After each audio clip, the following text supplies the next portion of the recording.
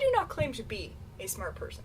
Picture this. A young, naive, 21-year-old girl walks in to the office at City Hall. It was me. Picture me walking into City Hall.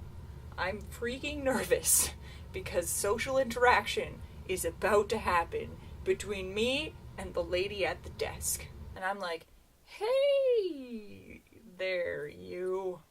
I've got a weird question for you.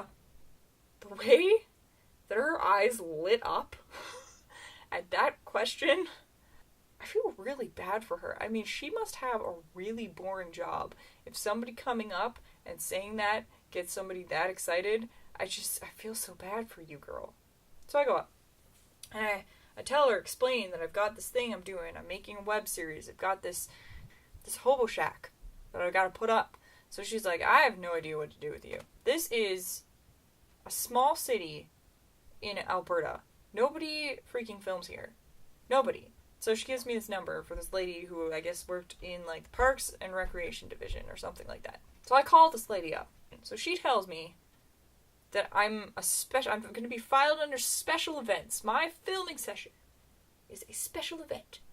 And I need to book the woods. You see, I don't have a nice little patch of woods in my backyard. I live in the suburbs. All the houses look the same. There conveniently, though, happened to be a patch of woods that was behind my neighborhood. So that's what I wanted to use, okay? It's called the Deer Valley Park Woods. She informs me this is a public park. I just need to rent it, and renting will cost me nothing. And I'm like, awesome. I am a student. My wallet, I don't even have a wallet. I have a little thing that carries cards in it, and it's a thing, and I'm poor. So I gotta get insurance, though. So insurance is gonna cost me for 20 days, 20 straight days of filming, 600 Canadian dollars. I don't have that money for this. This is a low-budget, small-scale web series. We're not making fires. We're not doing stunts. We're not jumping off of building. Like, there's no... Why do I need the insurance? We're not gonna wreck the place. What happened here is this not-so-smart person started thinking. And when I start thinking, bad things happen. June 21st, 2013. The Hobo Shack is in the woods. We film at nighttime for the Hobo Shack scenes at night. Everything is fine. So we leave the Hobo Shack in the woods, figuring, hey, I scheduled the next shots with the Hobo Shack for a couple of days later. We're just gonna wait it out until that day. It should be hidden pretty decently in the woods. I keep going back and forth for the next 3 days down the little bike path that goes through the woods. But I'm like, it should be fine. I keep going down and checking, making sure nobody is doing whatever you do in a Hobo Shack if you find it. Fornication, illegal, I don't know what you do with a Hobo Shack. I put a note on it that reads, temporary film set. If you have questions, call Sharia Piercy, insert phone number here. It seems like everything is going really, really great. But there's this little thing called life. Life doesn't like people. June 25th, 2013. I wake up. What do I do first thing when I wake up? I check my phone.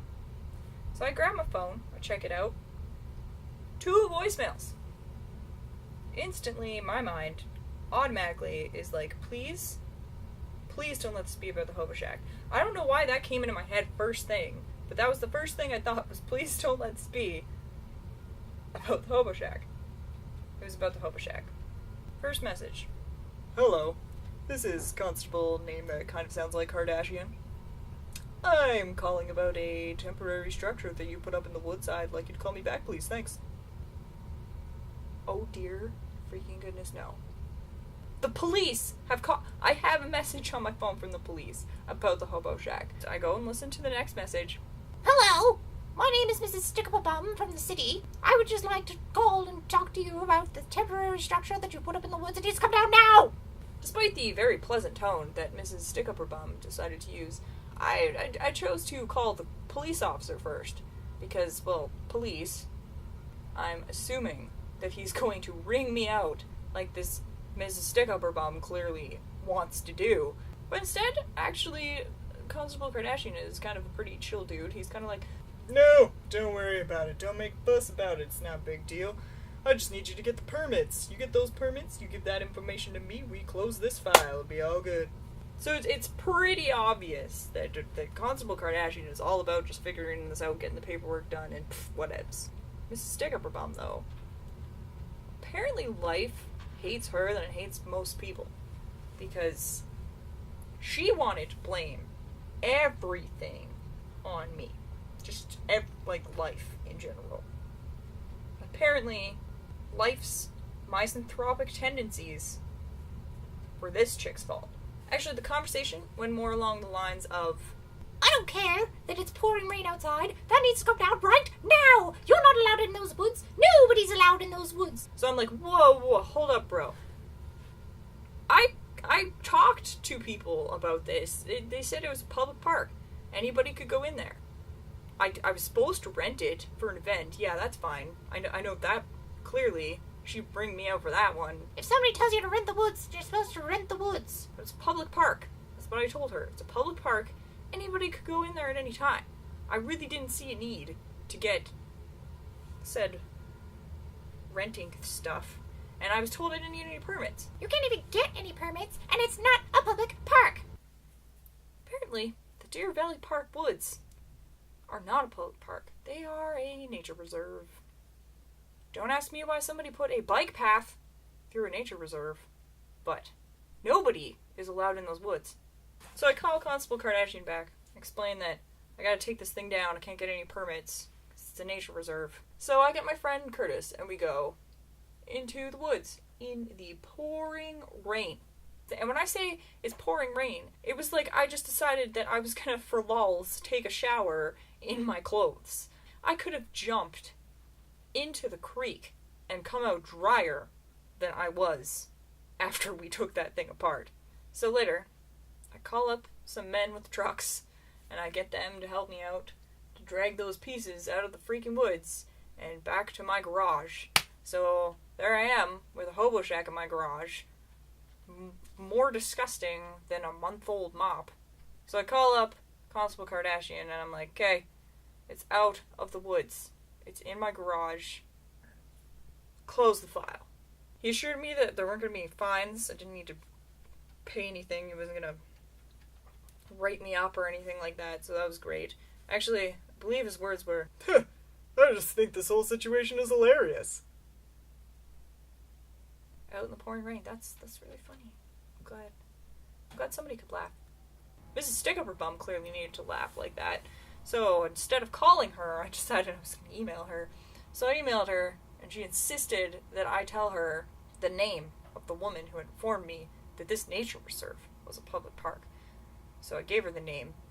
I'm sure they had a lovely conversation over tea and biscuits. It's probably a beautiful moment of friendship and magic. Love. I'm sure they talked about life. But sometimes, life can be a little bit nice. Because I have friends. I do. I know. What? Friends with farms, actually. Friends with farms that have wooded areas on their property. Unlike me, who has a nature reserve behind my house. So I moved that hobo shack. I put my hobo shack in their woods. It sounds like a euphemism. But that's the tale of the hobo shack. Shaka bra.